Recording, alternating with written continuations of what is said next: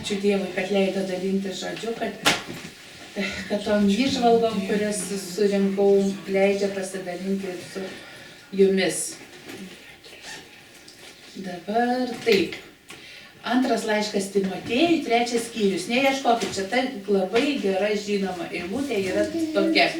Visas raštas yra Dievo įkvėptas ir naudingas mokyti, barti, taisyti, auklėti teisumui, kad Dievo žmogus taptų tobulas, pasiruošęs kiekvienam geram darbui. Amen. Taip, ir dabar... Ką? Timotiejus. Antras laiškas Timotiejui, 3 skyrius, 16-17 eilutės. Visas raštas yra Dievo įkvėptas ir naudingas. Ir šiandien iš viso rašto aš noriu dalintis Biblijos eilute.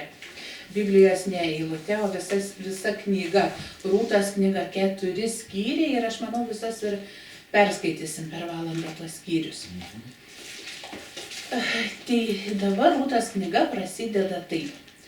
Teisėjų valdymo laikais kraštą ištiko badas. Tai dabar nurodytas laikas yra teisėjų valdymo laikai. Koks tiksliai teisėjas tuo metu valdė, nėra išaiškinta, yra žmonių ieškota, bet tikslaus įvardinimo taip ir nėra.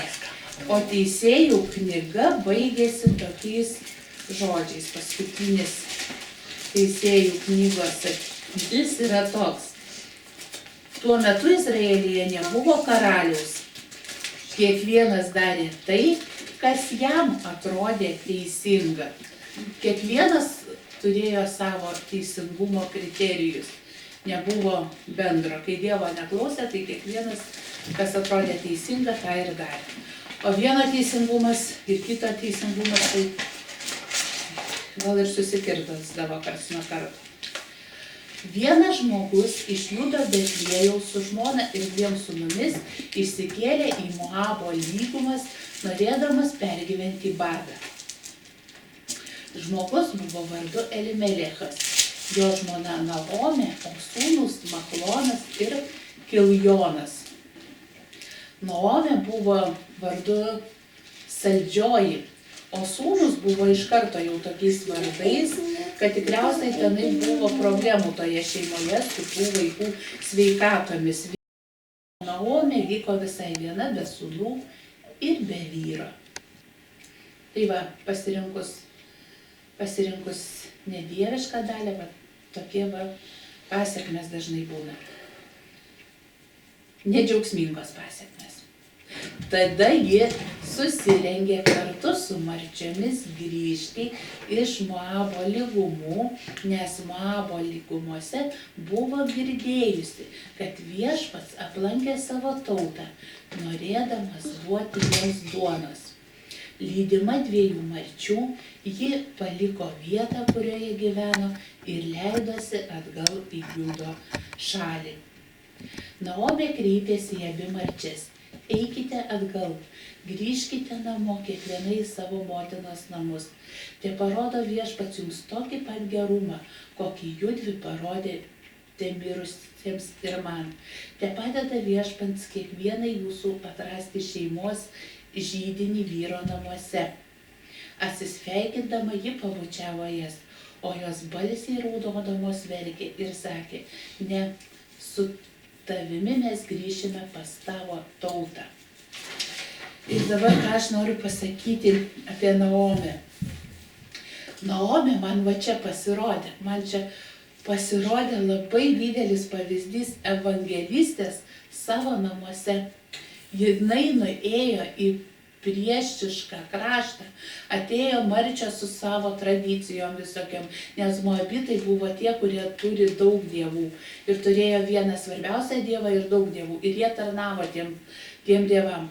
Dabar jos šeima ateina marčios ir marčioms jinai neslėpė savo dievo, Izraelio dievo vardo. Jinai jom pasakojo. Ir kam pasakojo? Visai priešiškoms merginoms, moterims, kai atėjo. Ir kaip jinai pasakoja? Ji pasakojo su meile. Ir mūsų šeimose, pavyzdžiui, būna tokių atvejų, kai mes turim turim pasakoti, arba mūsų pareiga pasakoti, arba mūsų meilė žinia žmonėms, kuriuos mes mylim, yra papasakoti apie Dievą, apie gelbstintį Dievą. Ir gali būti toks atsikalbinėjimas ir dažnai būna, jeigu jie būtų tikintis, jeigu būtų tokie ir jeigu būtų anokie, tai mes pasakotumėm, o dabar jie va taip ir anaip ir visai neteisingai jie elgėsi ir galima pasirinkti ir nepasakoti. Bet Naomės pavyzdys rodo, kad pagonėms, svetimoms moterims jinai meilės kalba kalbėjo ir atnešė jiems Dievo vardą. Ir paskui tas išsiskyrimo momentas, kaip reikia išsiskirti, su palaiminimu. Naomė kreipėsi į abi savo marčias. Eikite atgal, grįžkite namo. Jinai gražiausiai kalbėjo. Ir atsisveikintama pabučiavo jas. Kartais išsiskyrimai būna tokie, kad ojojoj, kaip nesinori be susitikti po išsiskyrimų. Norisi tik tai pamačius tą žmogų, su kuriuo išsiskyriai, pereiti į kitą gatvės pusę ir daugiau nebesimatyti. Bet čia man labai gražus tas atsisveikinimas, jinai pabučiavo, jinai palinkėjo. Ir dabar dar Naomės dėka, nes jos iš kurgi galėjo žinoti daugiau apie Izraelio Dievą. Tik Naomės dėka jos turėjo gerą nuomonę apie Dievo tautą ir Izraelio Dievą. Ir kartais pakliuvę į tokias situacijas, kur apie Dievą nekalbame, mes esame atstovai Dievo. Ir pagal mūsų elgesį, ir pagal mūsų kalbas sprendžia apie Dievą. Ir jinai dabar sako, kaip? Eikite atgal, grįžkite namo kiekvienai savo motinos namus. Tie parodo jums viešpats gerumą ir taip toliau ir toliau. Ir jos priima sprendimą ir jos abi sako, ne, su tavim mes grįšime pas savo tautą. Irgi man toks momentas, jos abi pakilo eiti, abi ir jau kažkokį kelią gabalą nuėjo, tai kad su Dievu pakilus eiti, reikia eiti iki galo, iki to pergalės vainiko, kaip sakom, vainikas yra ir pergalė, kad atėjai pasiekiai tikslą, ir džiaugsmo simbolis. Tai džiaugsmas, kad pasiekiai. Čia dabar jos abi pakilo eiti. Bet toliau žiūrim istoriją. Naomė atsakė, grįžkite atgal, mano dukteris. Kodėl turėtumėte eiti su manimi? Argi aš turiu savo įsčiose kitų sūnų, kurie galėtų tapti jūsų vyrais? Grįžkite atgal, mano dukteris, eikite savo keliu, nes aš per senai ištekėti. Net jeigu sakyčiau, turiu vilties, turėčiau vyrą šią naktį ir pagimdyčiau sūnų. Argi jūs lauktumėte, kol jie užaugs? Nejaugi turėtumėte pasmerkti save dėl jų ir likti netekėjusios, o ne mano dukteris. Mano dalia kartesnė negu jūsų, nes viešpaties ranka pakilo prieš mane. Vėl ėmė jos verkti ir raudoti. Ir dabar šitas Naomės kalba ir nukreipimas yra labai logiškas. Jinai tikrai labai tikrai teisingai kalba, nes ką jinai mato, ką mato, tai taip ir yra, nes šitas savo marčias jinai turėjo atiduoti jų vyrų broliams, kaip žmonas, kad jos turėtų ramybę, kad jos turėtų aprūpinimą, kad jos būtų visuomenėje priimtinos. Bet sako, vyrų tai nebėra, sūnų nebėra. Jeigu aš ir gimdyčiau, niekas čia jau nebesulauktų, bet aš ir gimdyti negaliu. Jinai kalba labai teisingus dalykus. Ir kas laukia jūsų Izraelio žemėje, toje nežinomoje visiškai vietoje, kur jūs susiruošėte su manimi eiti. Kas tenai laukia? O tenai laukia tik tai nesaugumas, skurdas, badas, net irgi reikėjo saugotis ir to šalies ir vyrų, paskui skaitysim. Vienu žodžiu, ateitis žmogiškomis akimis nupiešiama, reali ir tikrai nedžiuginanti. Toliau. Orpa atsisveikindama pabučiavo Anytą, o Rūta liko prisirišusi prie jos. Tai va, ateina tas momentas, kai savo pasiryžimą, koks jis bebūtų tvirtas, galima ir pakeisti. Ir apie Orpą, kaip jinai atsisveikino, pabučiavo ir išsiskyrė. Daugiau mes nieko nebegirdim. Ir tada Rūtai Naomė tarė: matai, tavo svainė sugrįžo į savo tautą ir prie savo dievų. Kad ir kiek gerų dalykų matė Naomėje, kad ir kiek dalykų jinai jau sužinojo apie Izraelio dievą, jinai grįžo prie savo dievų. Grįžk ir tu, sek savo svainę. Bet Rūta atsakė: nevers manęs palikti tave ir pasitraukti, nes kur eisi tu, ten eisiu ir aš. Kur būsi tu, ten būsiu ir aš. Tavo tauta bus mano tauta, o tavo dievas mano dievas. Kur mirsi tu, ten mirsiu ir aš, ir būsiu ten palaidota. Man nelemti Viešpats tesiunčia ir dar teprideda, jeigu kas kita, o ne mirtis, mūdvi išskirtų. Čia toks tikėjimo pavyzdys. Tikėjimo pavyzdys Rūtos lūpomis ištartas. Ir dar vienas toksai niuansas apie Rūtą, kad jinai, kad šitas sprendimas, jos sprendimas buvo švarus sprendimas. Jinai nei vieno reikalavimo ir jokio pageidavimo net neišsakė Dievui. Kaip kartais aš ateisiu pas Dievą, Dieve išgydyk, tai ateisiu ir tarnausiu. Dieve padaryk tai, tai ateisiu ir tarnausiu. Dieve pasirodyk, Dieve kalbėk, tai tada ateisiu ir tada nei vieno jokio pageidavimo. Jis sako netgi, kad mane lemti Viešpats tesiunčia ir dar tie prideda. Aš viską priimsiu iš Viešpaties be jokių sąlygų. Ir pagrindinis sprendimo motyvas yra, kaip aš čia skaitydama matau, yra meilė. O meilė tai sąlygų nekelia.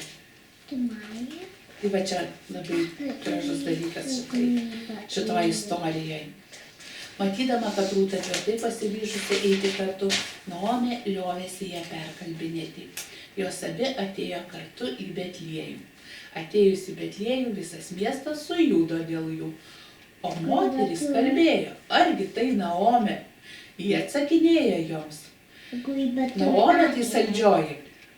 O tada jinai sako: nevadinkite manęs Naomė, vadinkite mane Mara. O Mara tai yra karčioji, nes visagalis karčiai pasielgė su manimi. Išėjau turtinga, tai matom, kad išėjo ne iš visiško bado. Išėjo ieškoti geresnės dalies. Nu, aš taip supratau. Bet Viešpats mane parvedė atgal tuščiomis rankomis. Kaip galite mane vadinti Naomė, jeigu Viešpats nukamavo mane, jeigu visagalis davė man nelaimę. Praėjo 10 metų, kai jinai. Ir tas Betliejus nėra didelis miestas, sakykime, Juodupė. Nu, kažkas panašaus į Juodupę.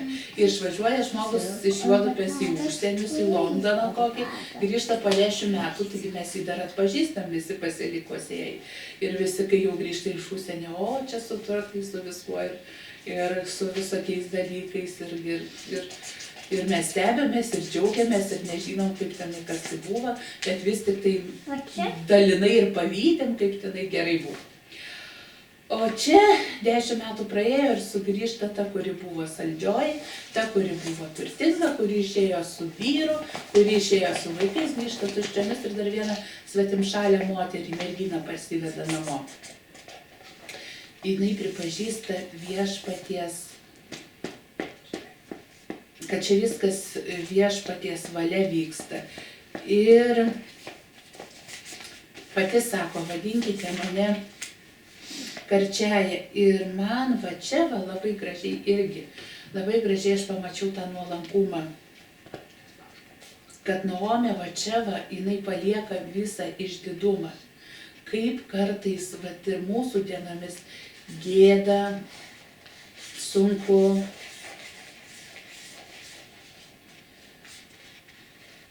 Ir kitais neigiamais dalykais įvardinti yra pripažinti savo, nesigavo. Išvažiavau, norėjau tokių dalykų, nesigavo. Visiškai niekas nesigavo. Ir toje vietoje, kur tu stengiaisi, norėjai, bandėjai būti sėkmingas, būti sotus, būti galingas, gaunasi niekas. Visiškai niekas. Situacija tokia, kad nieko nesigavo. Nieko. Ir va čia, aš manau, kad ten, kur nieko tau nesigavo ir prasideda Dievo veikimas. Taip gali būti ir darbe, ir šeimoje, ir tarnavimuose. Dariau, tikrai daug dariau. Ir rezultato norisi va tokio, kokio norisi. Ir visi tikisi to rezultato. Ir logiškai tikrai tas rezultatas turi ateiti. Tikrai, nes, tikrai. Bet gaunasi, kad nieko nesigauna. Ir tada va pripažinti, kad vis tik viskas Dievo valioje. Amen. Ir resursai pas Dievą nesibaigia toliau. Pas mums pasibaigia resursai. Tarnaut pasibaigia resursai. Šeimoje sugyventi resursai vienu kartu pasibaigia, kai pasitengiesi. Darbe, aprūpinime, ir visose sritise resursai pasibaigia. O va čia mes matom, kad Dievo resursai nepasibaigia. Amen, amen. Naomė turėjo iš vyro pusės giminaitį. Jis buvo turtingas žmogus iš Elimeleko šeimos ir vadinosi Boazas. Kartą Rūta Moabitė kreipėsi Naomė: leis man eiti ir pasirinkti varpų paskui pjovėjus lauke žmogaus, kurio akise rasiu malonę. Eik, mano dukterė, atsakė ši. Ir jeigu jinai ėjo varpų pasirinkti, tai tikrai situacija buvo ne išpavydėti, ne pati geriausia. Dabar tas varpas našlėm ir kitiem neturtingiem žmonėm leisdavo pasirinkti. Buvo tokias tradicijos, kad tas varpas galėjo rinkti. Rūta išėjo ir rankiojo varpas paskui pjovėjus. Pasitaikė, kad tas lauko sklypas priklausė Boazui, kuris buvo kilęs iš Elimeleko šeimos. Ir čia man Dievas, kiek aš čia skaičiau, čia besiruošdama kelius kartus, man labai patiko. Pasitaikė ir kitose vietose buvo. Pasitaikė. Bet pasitaiko taip pat. Dievo plane būna atsitiktinumų. Žmonėms sako, tai sutapimas, atsitiktinumas. O čia aš sakau, kad Dievo šypsnys. Pasitaikė.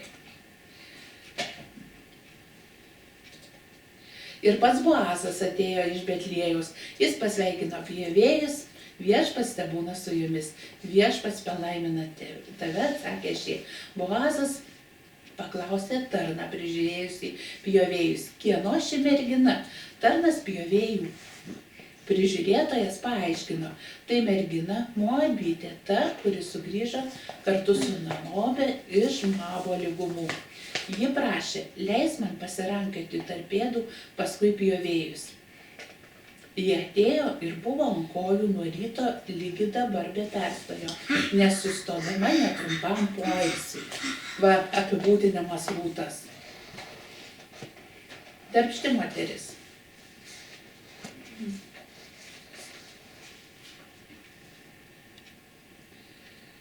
Ir Boazas kreipėsi į Rūtą: ar girdi, mano dukterė, į kitą lauką rankioti neik, iš čia nesitrauk, bet laikykis prie mano tarnaičių. Turėk prieš akis tą lauką, kuriame pjauna, ir eik paskui jas. Argi neįsakiau savo tarnams, kad tavęs nevargintų. Kai ištrokši, eik prie ąsočio ir gerk iš to, ką tarnai bus pasiėmę. Ir čia sako tarnams, kad tavęs nevargintų, ir sako, kad jaunuoliams nevargintų. Vienu žodžiu, situacija buvo ir ne iš pačių saugiausių. Ji puolė knibžčiai ir tarė: dėkinga, dėkingumą rodo. Kodėl randu malonę tavo akise, kad taip mane pagerbė, juk aš svetimšalė. Boazas paaiškino jai, aš gerai žinau visą, ką esi padariusi savo angytai po vyro mirties. Tu palikai savo tėvą ir motiną, gimtąjį kraštą ir šeimą, atėjai pas tautą, kurios anksčiau nepažinojai. Tai atlygina gausiai tau viešpats už tavo poelgį. Te būna visas tavo atlygis iš viešpaties, Izraelio Dievo, po kurios sparnu atėjai prisiglausti. Bet kaip gražiai rašo, po kurios sparnu atėjai prisiglausti. Ir kai ateinam po Dievo sparnu prisiglausti, visas atlygis ateina iš viešpaties. Amen. Amen. Taip gražu. Ateiti prisiglausti po viešpaties sparnu. Jie atsakė, esi gera širdiškas man šeimininkė, pagodėjai mane ir maloniai kalbėjaisi su savo tarnaitė, nors aš nesu lygi ne vienai tavo tarnaičių. Jie aiškiai supranta savo padėtį. Aiškiai, kad svetimšalė ir kad svetimšaliam visi įstatymai ir visos sąlygos yra žemiau negu vietiniam. Atėjus valgymo metui, Boazas kreipėsi į ją, eik čionai, sės prie valgio, padažyk savo kąsnį vyne. Jie atsisėdo šalia pjovėjų, Boazas padavė jai gruzdintų grūdų, ji pavalgė iki sotės ir dar šiek tiek liko. Pakilus vėl rinkti varpų, Boazas paliepė darbininkams, nedrauskite jai rinkti ir tarp pėdų, netrukdykite. Netgi patys ištraukite varpą kitą iš gubų ir numeskite ant ražienos. Te pasirenka, nesibarkite ant jos. O, kaip Dievas kartais numeta ką nors. Tau tik susirinkti belieka. Jie rinko tame iki vakaro. Tada išsikūlė, ką buvo surinkusi ir susidarė maždaug efa miežių. Tai dabar aš čia ieškojau, kas ta efa ir suradau, kad tai gali būti apie 40 kilogramų. O, visą maišą. Jo, bet paprastai rinkėjai, jeigu jau jai ten niekas nieko nepameta, radau tokį kažkur komentarą, jį galėjo susirinkti apie 2 kilogramus. A čia va kiek kartų daugiau. Nežinant, jais parėjo į miestą ir parodė tai, kiek buvo surinkusi. Išėmusi atidavė maistą, kurio buvo likę nuo jos sočių pietų. Anyta paklausė, kur rinkai šiandien, kur darbavaisi? Te būna palaimintas tas, kuris buvo tau geras širdiškas. Ji papasakoja Anytai, pas ką buvo dirbusi ir sakė, tas žmogus, pas kurį šiandien darbavaisi, vadinasi Boazas. Naomė tarė marčiai, te laimina į viešpas, kurio malonė nepaliko nei gyvųjų, nei mirusiųjų. Mat tas žmogus, paaiškino Naomė, yra mūsų giminaitis, vienas mūsų atpirkėjų. Va, labai gražiai istorija dabar apie atpirkėją. Ten buvo, kaip daryti, nesidaro. Kunigų knygoje. Nu, ta istorija,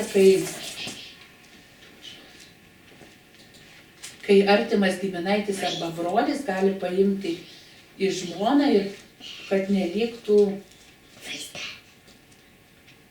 bevaisė. Arba galima atsidaryti. Kas gali paskaityti? Kunigų 25, 25 ir 28. Lina, paskaitysi Kunigų 25. Jūs radau, kur tie kunigai. 25, 28. Aha, nuo 25 iki 28. Jei suvargęs tavo brolis parduotų nuosavybės dalį, jo giminaitis gali ją išpirkti. Jei suvargęs tavo brolis parduotų nuosavybės dalį, jo giminaitis gali jį išpirkti. O jie, čia išpirkti, supratau, išpirkėjas, tai išperka žemę. Nes Naomė, kaip suprantu, kaip grįžo, jinai grįžo į tos pačius savo namus, tos pačius namus, bet jau jie buvo žemės apleistos, viskas ten turbūt. Jo, ir nebuvo kam dirba. Nebuvo kam dirba. O jei jis neturėtų giminaičio, bet pats galėtų išpirkti, bus nustatyta kaina už tą laiką, kai ji buvo parduota. O kas lieka, sugrąžins pirkėjui ir taip atgaus savo nuosavybę.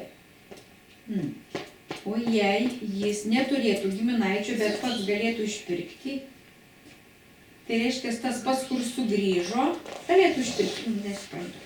Bus nustatyta kaina už tą laiką, kai ji buvo parduota, o kas lieka sugrąžins pirkėjui ir taip atgaus savo nuosavybę. Jei neturės reikiamos sumos žemė išpirkti, pirkėjas turės, ką nupirko lygi jubiliejaus metų. Tais metais nuosavybė sugrįž pirmajam šeimininkui. Dar toliau? Ne, iki 28. Vienu žodžiu, tas įstatymas buvo, kad dabar šita žemė pereina artimiausiam giminaičiui. Brolių nebeliko, tai artimiausias giminaitis turi nupirkti su sąlyga. Ten dar yra sąlyga, kad paima į žmonas ir šitą našlę. Tai va, atpirkėjai. Atpirkėjas, tai man čia kaip gelbėtojas. Atpirkėjas, jeigu kas nupirks tą žemę, paims rūtą į žmonas, tai jis yra gelbėtojas. Jis išgelbės jų visą padėtį šioje žemėje. Ir šitas Darūtas knyga, vienas čia irgi komentatorių labai gražiai pavadino Atpirkimo romanas.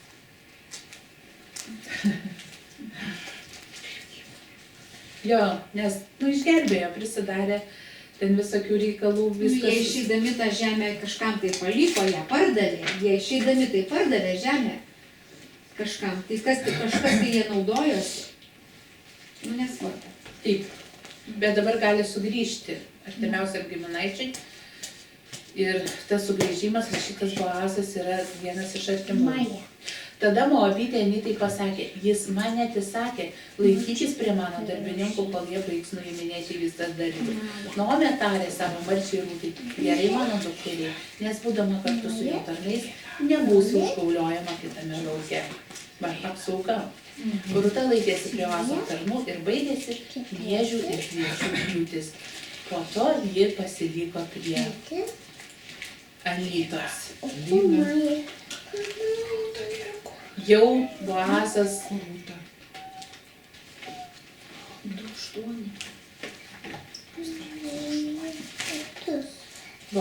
jau kažkaip tai matosi sukasi reikalai, kad jam ta Rūta patiko.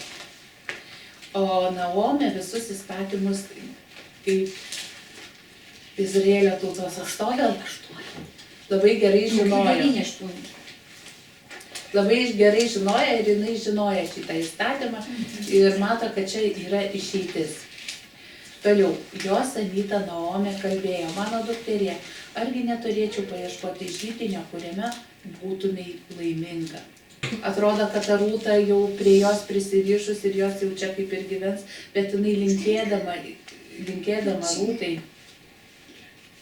geresnės dalies, sako, argi aš neturėčiau pasirūpinti tavim, argi aš neturėčiau paieškoti židinio, paieškoti namų, kuriuose tu būsi laiminga. Žiūrėk, argi Boazas, su kurio tarnaitėmis buvai, nėra mūsų giminaitis.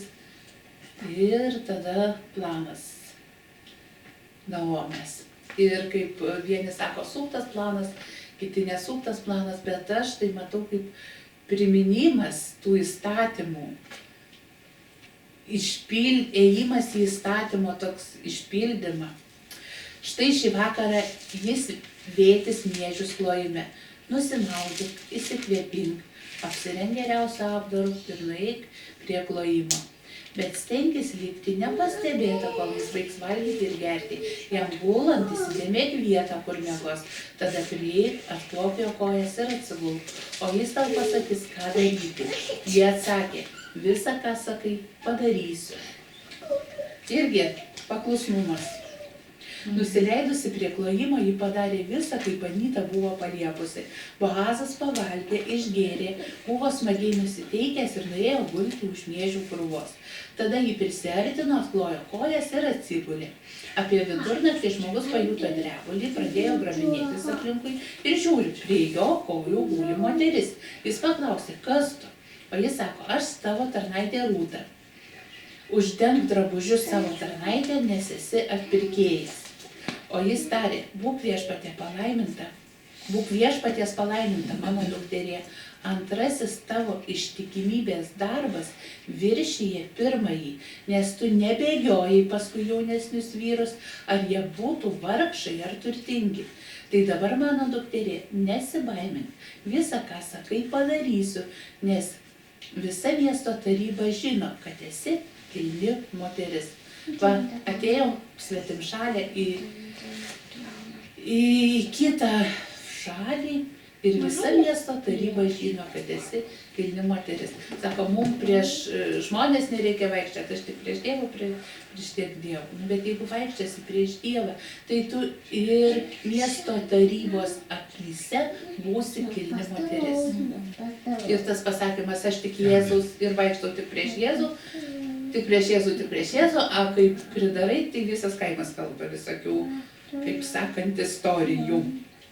Bet Rūta tų istorijų pridarė tokių, kad visa miesto taryba žinojo, esant jie kilnę moterį.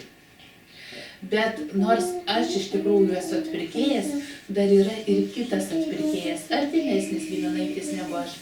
Pasilik šią naktį čia, o ryto metą, jeigu jis norės atlikti atpirkėjo pareigą, gerai, tebūna jis atpirkėjas, bet jeigu nenorės tavęs atpirkti, tuomet kaip viešpats gyvas, aš atliksiu atpirkėjo pareigą, turiu gauti iki ryto.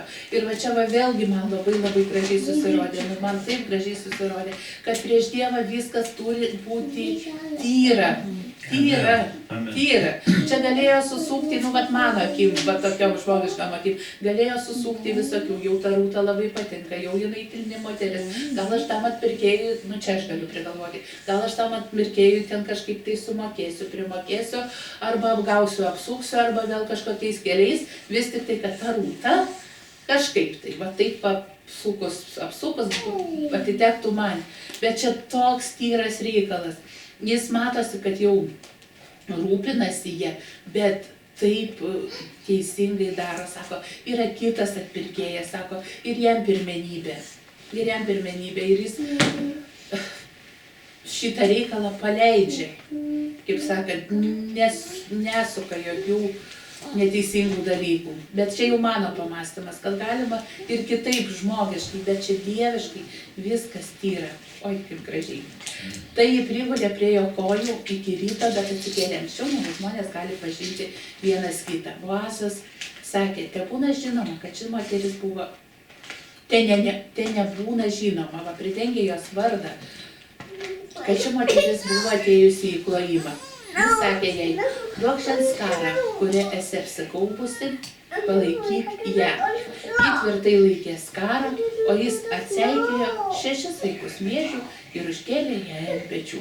Tada jis sugrįžo į miestą. Atėjus pas Anytą, ši klausė, kaip tau sekasi, mano dukterė? Ji papasakojo viską, ką dėl jos buvo padaręs Boazas. Po to pridūrė, davė jis man 6 svaikus miežių, sakydamas, tau nedera sugrįžti pas Anytą tuščiomis rankomis. Naomė atsakė, palauk mano dukterė, dar sužinosi, kaip susiklostys reikalas, nes tas žmogus nieku būdu nenurims, kol šiandien pat neužbaigs reikalo. Palauk, o laukti tai yra sunku, jau norėtųsi bėgti ir sužinoti, kuo čia viskas baigtis. Bet dar vienas, kaip sakant, vaisius, kantrybės vaisius, palauk ir sužinosi. Tuo tarpu Boazas nuėjo prie vartų ir ten atsisėdo. Vėlgi, kaip tik tuo metu pro šalį ėjo tas atpirkėjas. Taip susiklostė, apie kurį Boazas buvo kalbėjęs. Boazas kreipėsi į jį, užsuk čionai bičiulį ir prisėsk. Jis užsuko ir prisėdo. Boazas pasirinko 10 vyrų iš miesto seniūnų ir paprašė, prisėskite čia. Ir tie susėdo. Jis kreipėsi į atpirkėją. Naomė, būnai grįžusi iš Moabo lygumų, nori parduoti žemės sklypą, kuris priklausė mūsų giminaičiui Elimelekui. Pagalvojau, kad svarbu apie tai pranešti ir tau. Įsigyti jį čia sėdinčiųjų ir mano tautos seniūnų akivaizdoje. Jei nori atpirkti, atpirk. O jei nenorėtum atpirkti, pasakyk man, kad žinočiau, nes be mudviejų nėra kam atpirkti.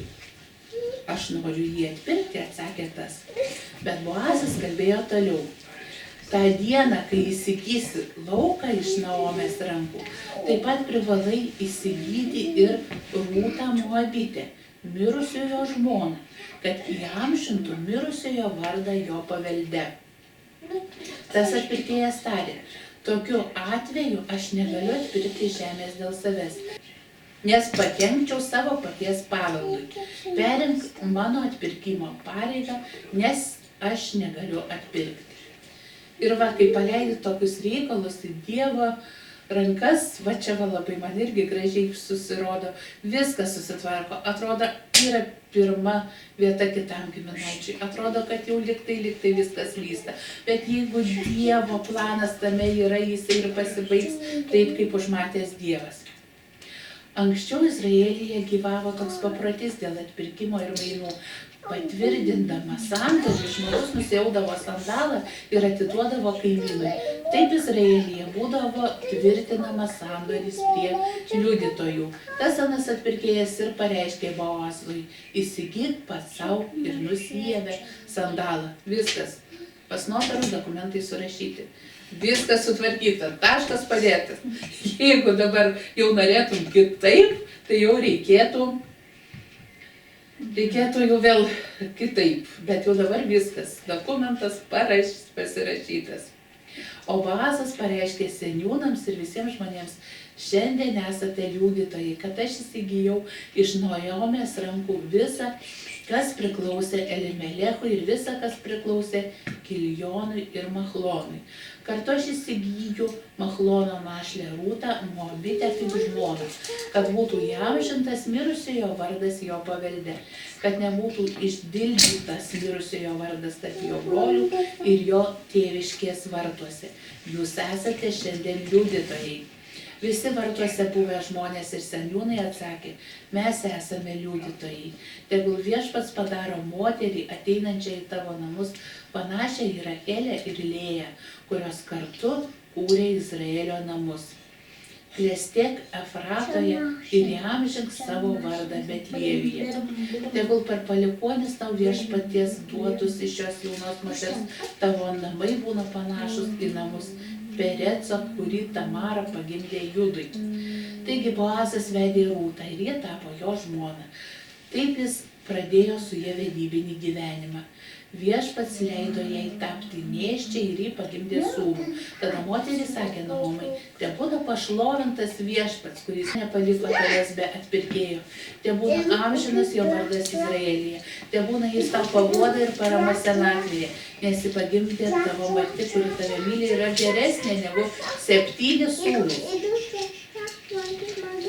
Atrodo, be sūnaus lygti, be vyro lygti yra labai blogai tais laikais. Bet va čia taip gražiai parašyta, kad liko su martimi, kuri geriau negu 7 sūnus. Naomė paėmė kūdikį, pasisodino ant kelių ir tapo jo augintoja. Kaimynės davė jam vardą. Kaimynės. Kaip pas jums parašyti kitas vertimas? Kaimynės. Va. Ir kaimynių indėlis ta. Vardas sakydamas, Naomei gimė sūnus. Jos pavadino jį Jobedu. Jis buvo Dovydo tėvo Jesės tėvas. Štai Pereco palikuonis. Perecui gimė Gecronas, Gecronui Ramas, Ramui Aminadabas, Aminadabui Nachšonas, Nachšonui Salma, Salmai Boaz, Jobeda Jesė, o Jesė gimė Dovydas. Ir tai pasibaigė Rūtos knyga. Dabar dar vieną noriu pasakyti. Apie tokį palaiminimą Naomė nesvajoja net ir geriausiais savo gyvenimo metais. Gyvenimo pabaigoje Dievas papuošė ją neįtikėtinai didžiu vaisingumu, o Naomė tampa visų žmonių palaiminimo, tai yra Kristaus atėjimo į žemę dalimi. Štai taip Dievas padaro savo vaikus antgamtiškai vaisingais. Naomės gyvenimo pradžia ir pabaiga labai skiriasi. Gyvenimo pradžioje, kai Naomė turėjo laiko ir jėgų, į viską išvaistė bandydama natūraliai būti vaisinga. Natūraliai pasiėmė savo vaikus, iškeliavo į į kitą šalį, tenai nuo bados pasislėpė ir tikrai jie tenai buvo sotus, bet vis tik tai atsitiko kiti dalykai, kurie nuo jos nepriklausė. Ir tas natūralumas jos gyvenime pranyko. Natūraliai jinai nieko nebegalėjo padaryti. Ir vaisinga tapti jinai galėjo tik tai Dievo plano dalyje būdama. Tada svarbesniu tokiu tampa pažinti Dievą, klausyti jo, bendrauti su juo. Kaip Naujasis testamentas sako, geriausiąją dalį pasirinkti, sėdėti prie jo kojų. Ir dabar viso šio pamokslo mano išvada tokia, kad būti Dieve, būti su Dievu ir būti sąžiningam prieš Dievą ir prieš save. Amen. Sąžiningiam, kaip Boazas buvo sąžiningas, kaip Naomė buvo sąžininga, kaip Rūta buvo mylinti ir kaip Rūta buvo tvirta savo sprendime. Čia kiekvienas man va šitas žmogus, kuris va čia va yra aprašytas, yra toks didelis pavyzdys. Ir tikėjimo, ir ėjimo, ir pasitikėjimo, ir sąžiningumo, ir meilės, ir visų dieviškų dalykų. Šita Rūtos knyga labai mokė.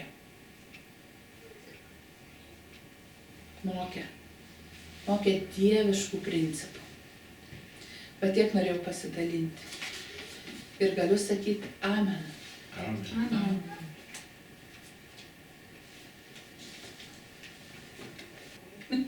Nuostabi knyga. Jo, atrodo tokia nedidelė ir aš vieną kartą ir antrą kartą skaičiau ir paskui trečią ir paskui ketvirtą. Aišku, aš tiek negaliu per visą savaitę, aš tiek neužsirašyti, reikėjo gal ir užsirašyti daugiau.